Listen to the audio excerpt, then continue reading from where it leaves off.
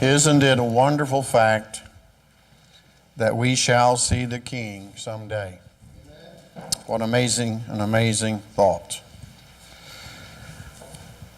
When Travis was reading the scriptures a moment ago, I hope that you picked up on it quite well. I want you to notice what God has done, what He did for the children of Israel.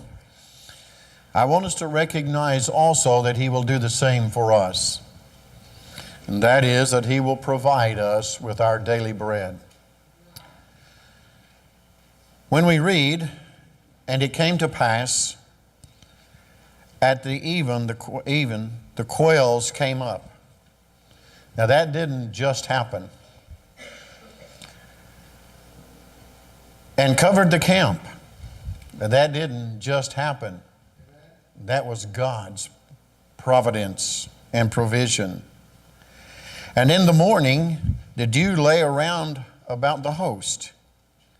And when the dew that lay was gone up, behold, upon the face of the wilderness, there lay a small round thing, as small as a hoarfrost.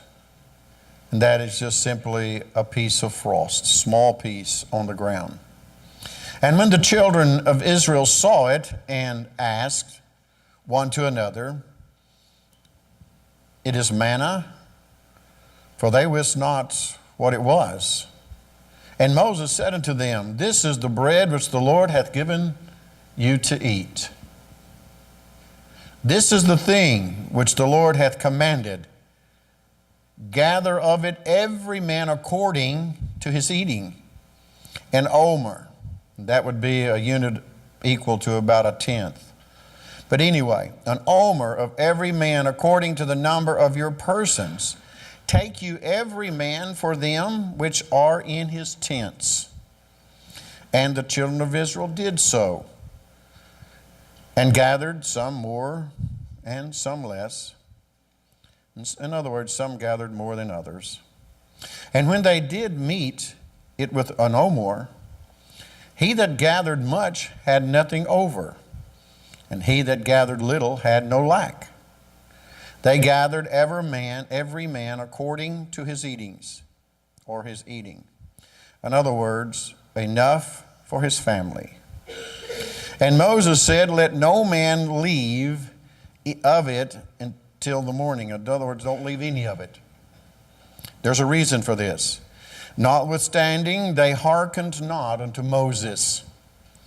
But some of them left of it until the morning, and as Travis read, and the bread worms, and stank, and Moses was wroth or angry with them. And they gathered it every morning, every man according to his eating. And when the sun waxed hot, it melted. This is an amazing story that we read. And when I say story, I don't mean some type of a fable. The Israelites' needs were met by God. And they need to know, and God wanted them to know through Moses, that it was by the immediate hand of God. There were times when I was a child, I would lie in a culvert out in West Texas with my little old single-shot 22 with a short 22 short in it, and I was hoping that a quail would come by. There was never a day that at least a quail or two or three didn't come by. I often thought about that as I would read things like this, because I would take those quails and I would take them home, and that's what we'd have for an evening meal. The providence of God is overwhelming. He will provide. And in this particular text, we see the glory of God manifested. The glory of God is made known here.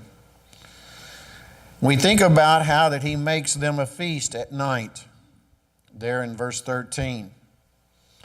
The psalmist said he rained flesh also upon them as dust, and feathered fowls like as the sand of the sea. He being God, the psalmist recognized God's glory and was made known by what he had done. And this is a wonderful thing.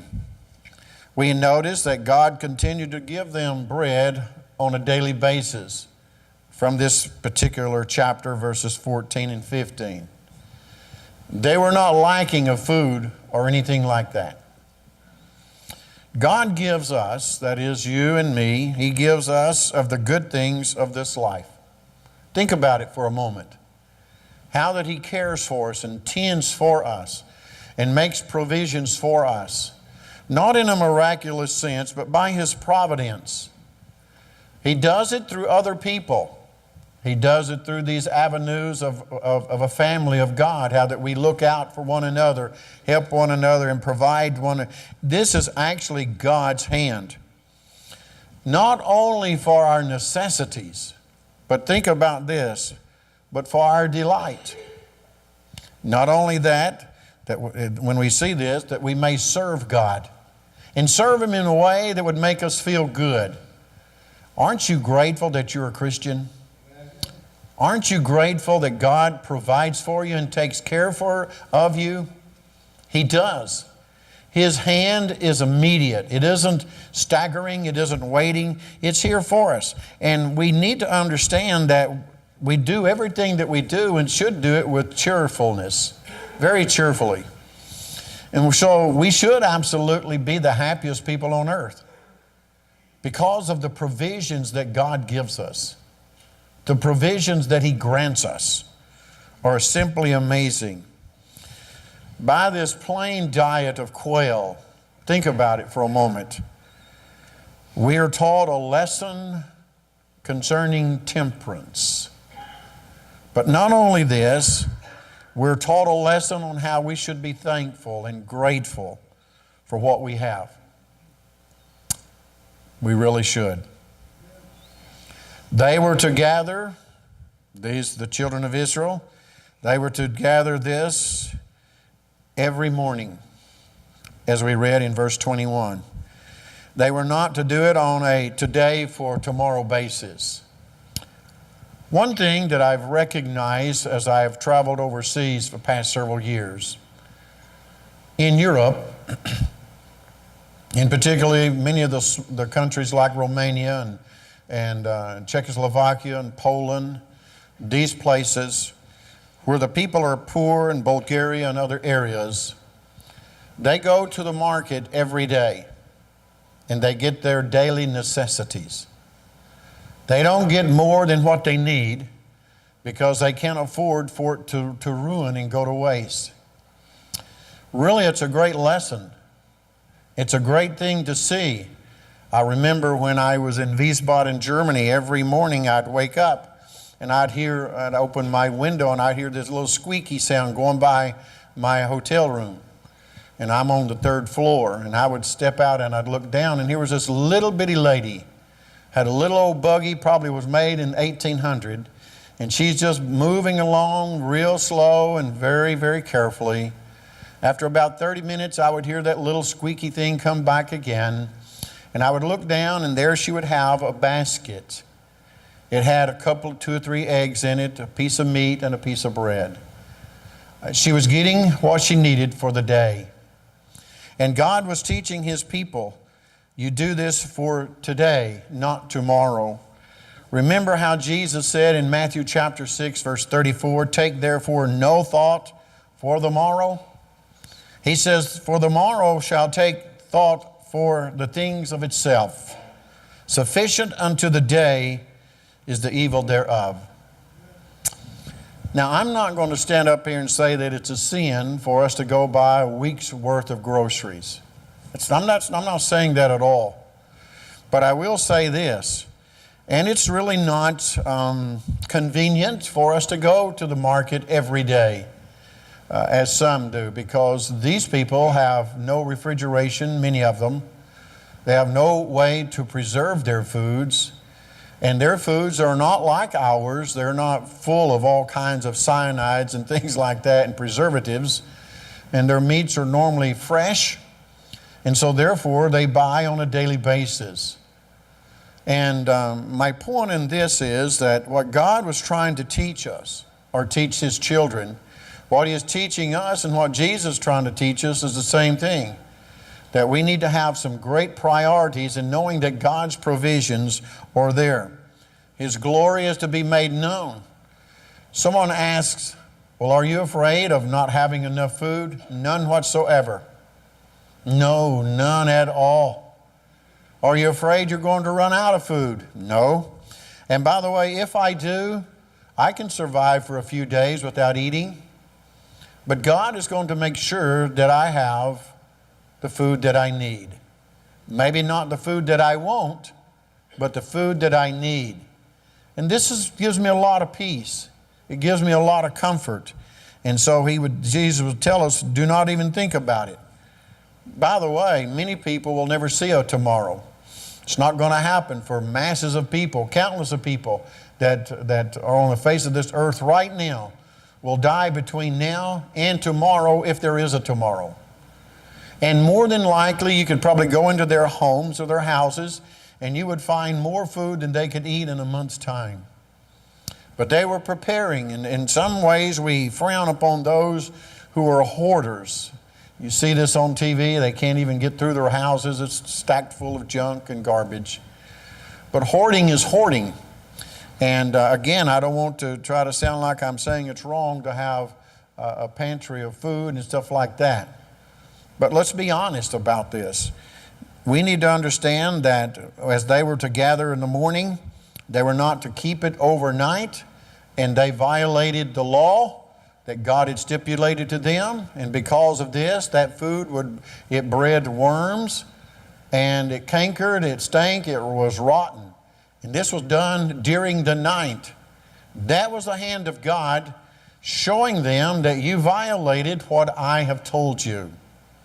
We have many principles in Scriptures that teaches us how to live and how to die. And we need to understand that God's provisions are ample for us. Jesus seemed to allude to this about the daily bread in Matthew chapter 6, verse 11, when He would say, give us this day our daily bread. Things are a lot different, I understand, than they were during these times. Believe me, I understand that. But the principles are still the same. We take on more than we need, and we need to understand that. Actually, as I stated this morning, and we'll look at it in a few moments, we throw away more food in a week's time than most people in the world eat in a month's time.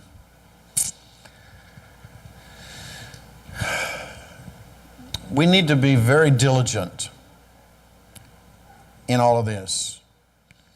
And so to be diligent and to have this diligence, we must be wise. Wisdom is a tremendous asset to any Christian.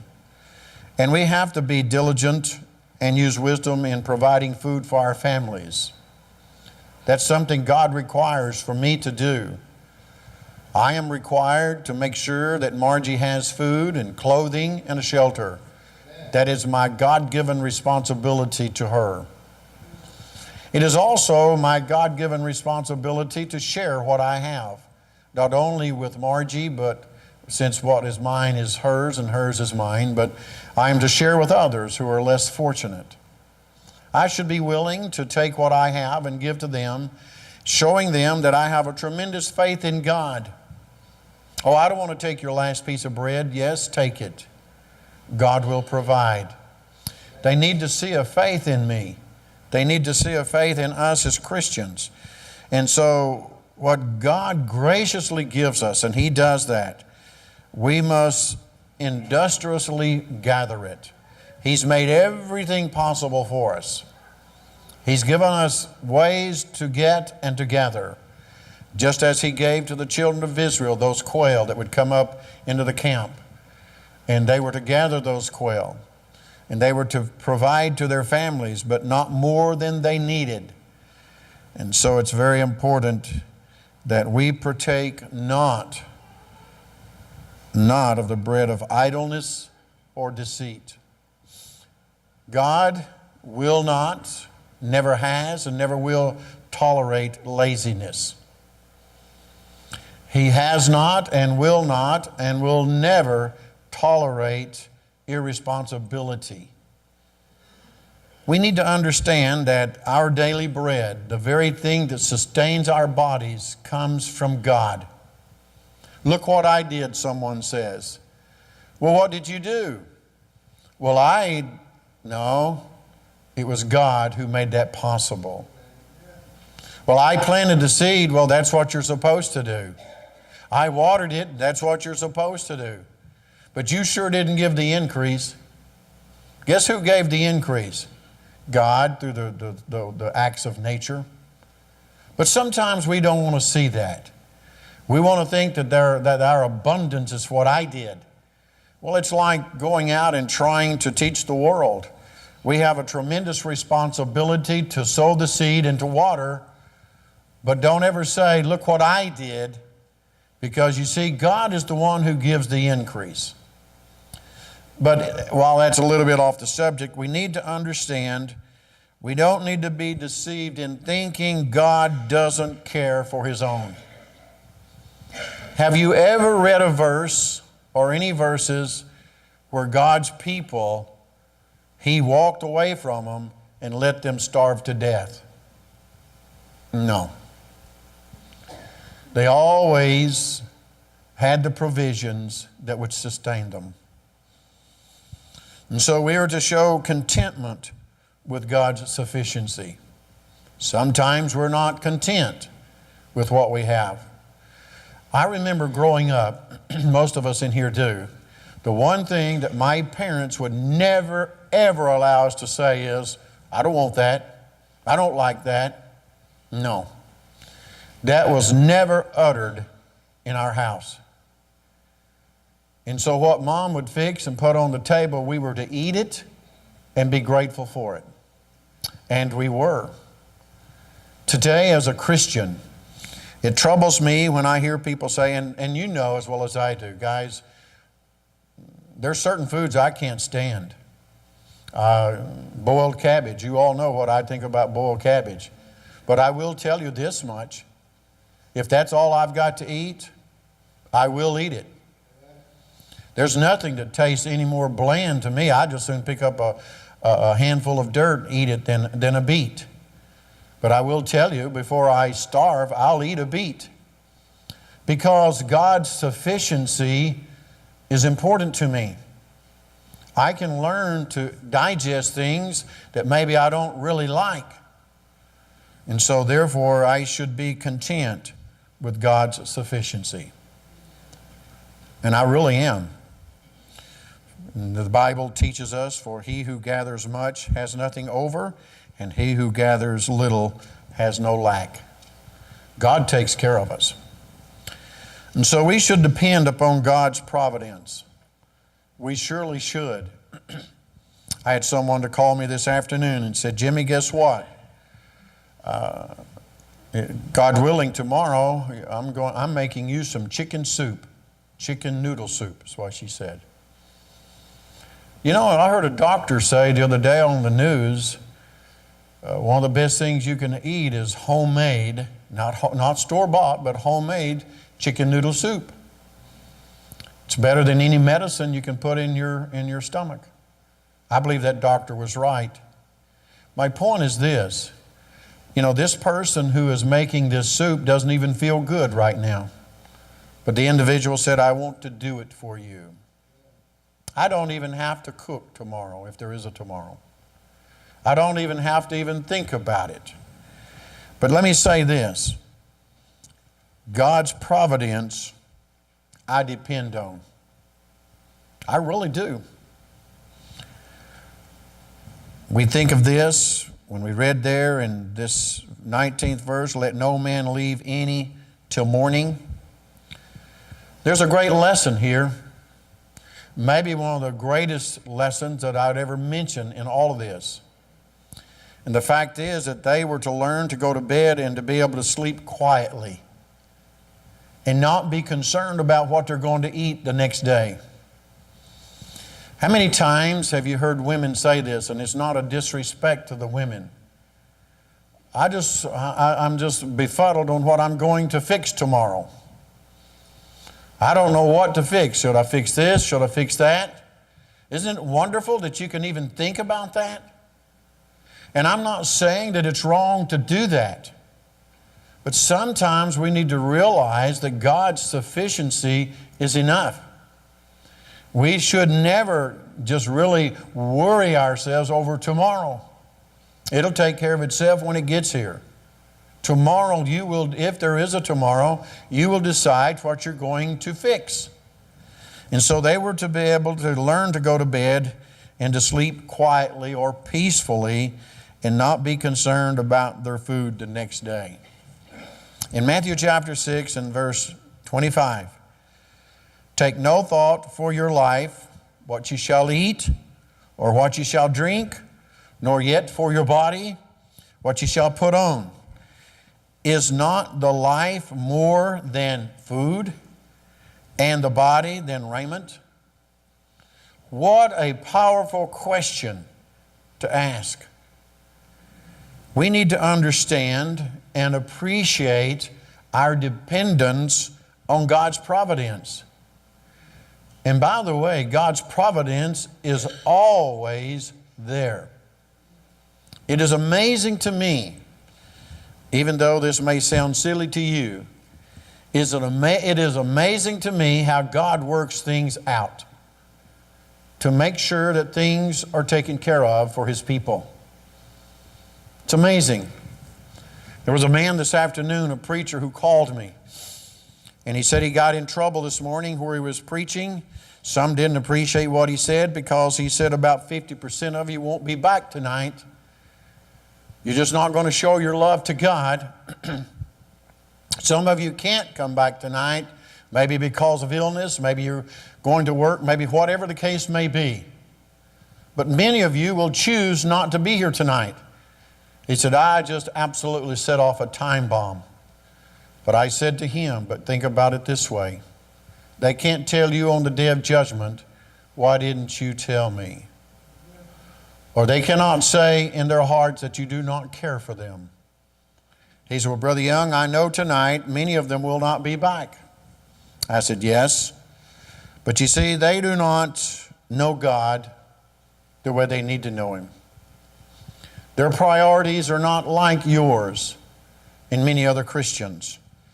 And so we do not need to get so hung up and so down and out. It bothers me also. Believe me, it bothers me. But you know, we read this morning, and it's true, those that love God will serve God every day of their life. Those who love Scripture will obey Scripture every day of their life. They will appreciate God. They will appreciate what God has done for them and is still doing for them, even though they rebel against Him. And so I told the preacher, God is not going to hold you responsible for those people who rebel against Him. For those who show a lack of love and commitment, you have no other obligation other than to be faithful to yourself and to set that example and to continue to preach the Word.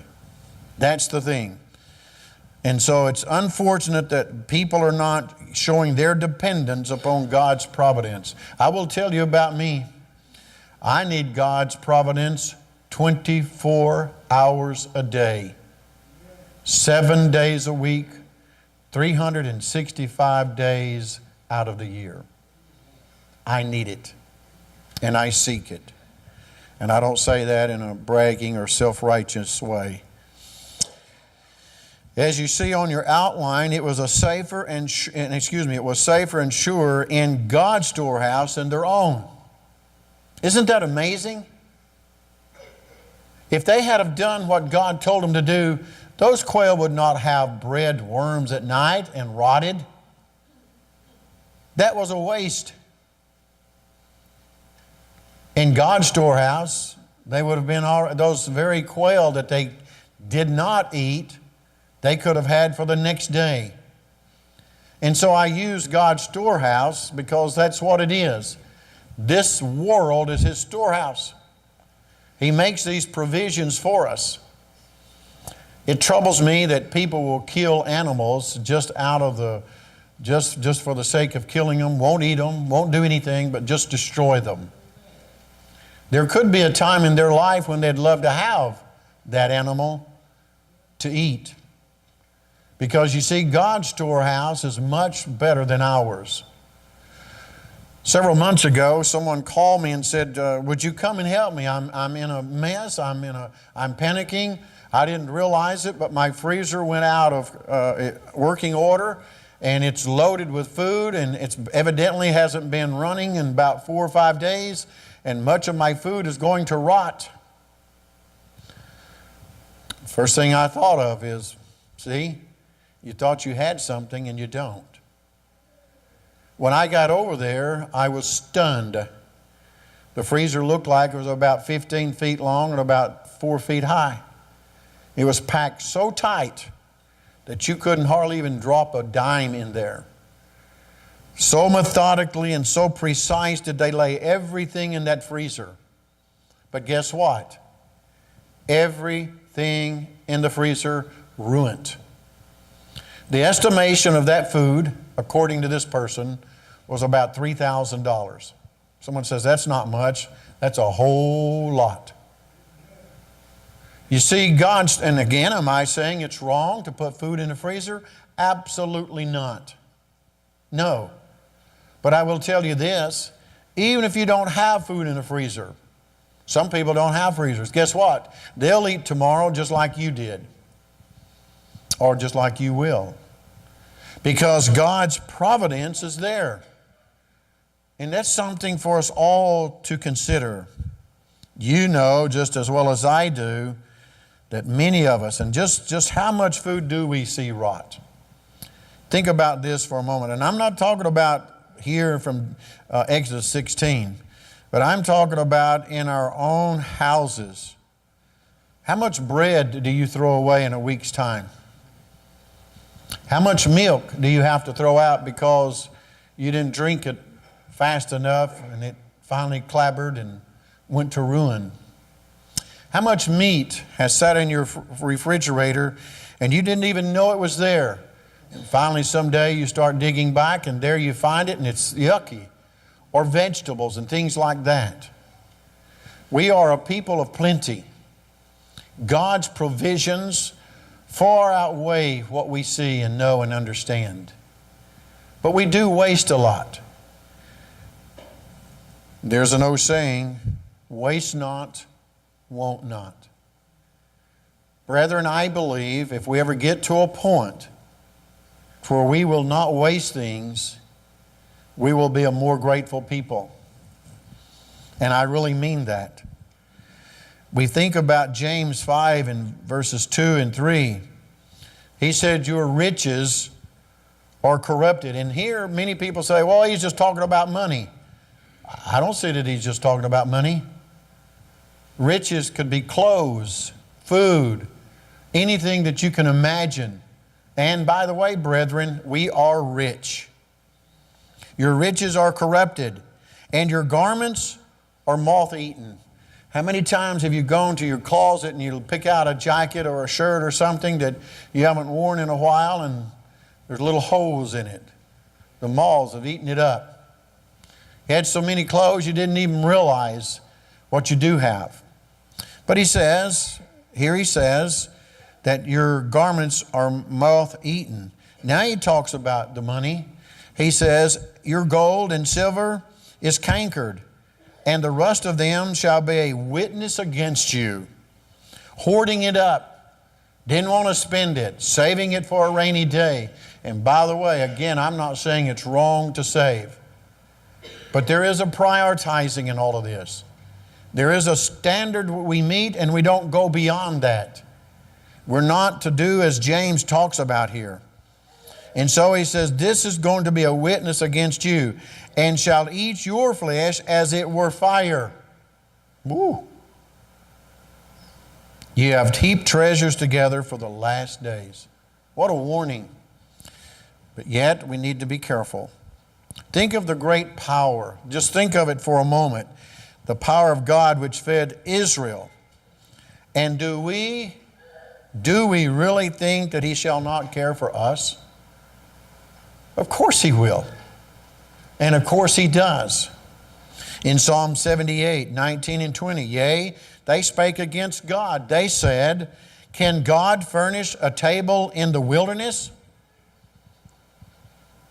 Can you imagine them speaking against God like this? Behold, He smote the rock that the waters gushed out and the streams overflowed. Can He give bread also? Can He provide flesh for His people? Yes, absolutely. Not only can He, but He did. And so we need to think about our daily bread. And I don't mean just the eating. There's more to life than eating. There's more to God's provisions than just eating. And I appreciate it when the men sometimes thank God for the jobs that we have, the provisions that we can make for our families, the provisions that we can hand out and give to others when they're in need. That we need to be thankful for. In Ephesians chapter 4, 19 and 20, when he talked about who being past feelings had given themselves over unto lasciviousness, to work all uncleanness with what? Greediness. Greediness. But have not so learned Christ. That is something we need to think about. That is truly something we need to think about. In 2 Peter 1:3, we know what Peter says there, according to His divine power, hath given unto us all things pertaining to life and godliness through the knowledge of Him that hath called us to the glory, or to glory and virtue. How blessed we are.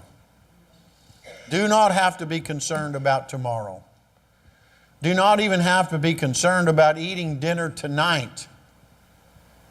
If we do not have the food in our houses tonight, we will have it enough later on to make us okay. But I believe with all of my heart, there's not a person in this building right now that could not go home, and if we all put our foods together, we probably could feed all of Jonesboro. Yeah.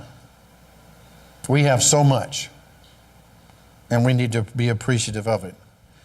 God's providence is ever present, and He will always care for His own. Always. I think of the psalmist in Psalm 136. There's a part of this I want us to really pay attention to. Well, all of it, but particular verse 26. Beginning with verse 22, even an heritage unto Israel His servant. For His mercy endures forever. Who remembered us in our low estate. For His mercy endures forever, and hath redeemed us from our enemies. For His mercy endures forever. Who giveth food to all flesh. For His mercy endures forever. Now verse 26. Oh, give thanks to God, or the God of heaven, for His mercies, or His mercy endures forever. I wonder if our problem isn't verse 26. Do we really thank God for His provisions? Do we really? And I'm not saying anyone here doesn't. But my, oh my, when we stop and think about His provisions, you talk about peace. You talk about a good feeling to know that God provides quite well for His own. How blessed we are. And as I end this evening, the same power, the very same power, the very same wisdom, the very same goodness of God that then and now brought and brings our daily necessities should be a constant reminder to us, a constant reminder of just how wonderful God provides for us. It troubles me when I hear members of the church talk about things that, well, I don't know if I'm going to make it or not. I don't know where, I may not even know where I'm going to get mine. You're going to get your next meal from God. God will carry you as far as you allow Him to. He will do that. He will take care of you as long as you allow Him to. You know, He may provide a bologna sandwich when you may want a T-bone steak. But I will tell you this, that bologna sandwich will keep you alive just as much as a T-bone steak. You may want a Coca-Cola, but He may give you a glass of milk or a glass of water, and it will be sufficient. Whatever we get, whatever we receive, is from the grace and graces of God. His provisions are wonderful. Our daily necessities are met. They truly are by the grace of God. Don't take it for granted. Do not do as the Israelites did and rebel against God. Their rebellion cost them more than they ever thought it would. You know those children there? Do you realize they never saw the promised land? Even though God brought them out of Egyptian bondage, those original ones never saw the promised land. Whose fault was it? It wasn't God's. He gave the provisions. He made it possible. They were to work diligently at that. They were to work hard and accomplish the things that He would have them to accomplish, but they rebelled against Him. Not even Moses went into the promised land. He was able to look over into the promised land. What's the point? Our daily necessities should be a constant reminder of just how wonderful God's provisions are. Let me say this. Everything that we have and everything that we will ever have comes from the hand of God. He made it possible. Be very careful not to take things for granted. There's an old saying, easy come, easy go. I had it today, but I lost it yesterday. Lose it tomorrow. It can happen. I'm alive today, but I could be dead tomorrow. Amen. Never take anything for granted. And I will tell you something. If we will learn to appreciate God's great providence and care, we will be the most humbled people upon the face of this earth. Because our daily bread, all of our necessities, come from Him. Those provisions are taken care of. How blessed we are.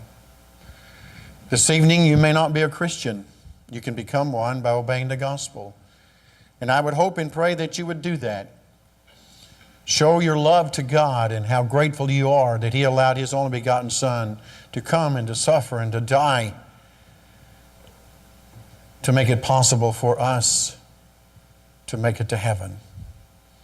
Through your obedience to the gospel, through hearing and believing, repenting of your sins and confessing with your mouth that Jesus Christ is the Son of the living God, and being immersed in baptism for the remission of your sins and allowing the Lord to add you to His church. What a wonderful thing. What an opportunity there is before you. For those of us that are Christians, do we take all of this for granted? The fact that God's provisions are constantly there. The providence of God is far more than I can comprehend, but I am surely grateful for it. I have no worry about starving to death. I have no worry about sleeping on the street. And if I have to sleep on the street for a day or two or three, it may wake me up and cause me to appreciate what I did have and what I will have. God is going to make sure I'm okay if I allow Him to do that. For those of us that are Christians, don't take your daily bread for granted. Be humbly grateful and not grumbly hateful. Show your love and care and thanksgiving to God with your life. If you're not faithful, God won't know us on the day of judgment. Because as we sang a few moments ago, someday we will see the King. We surely will.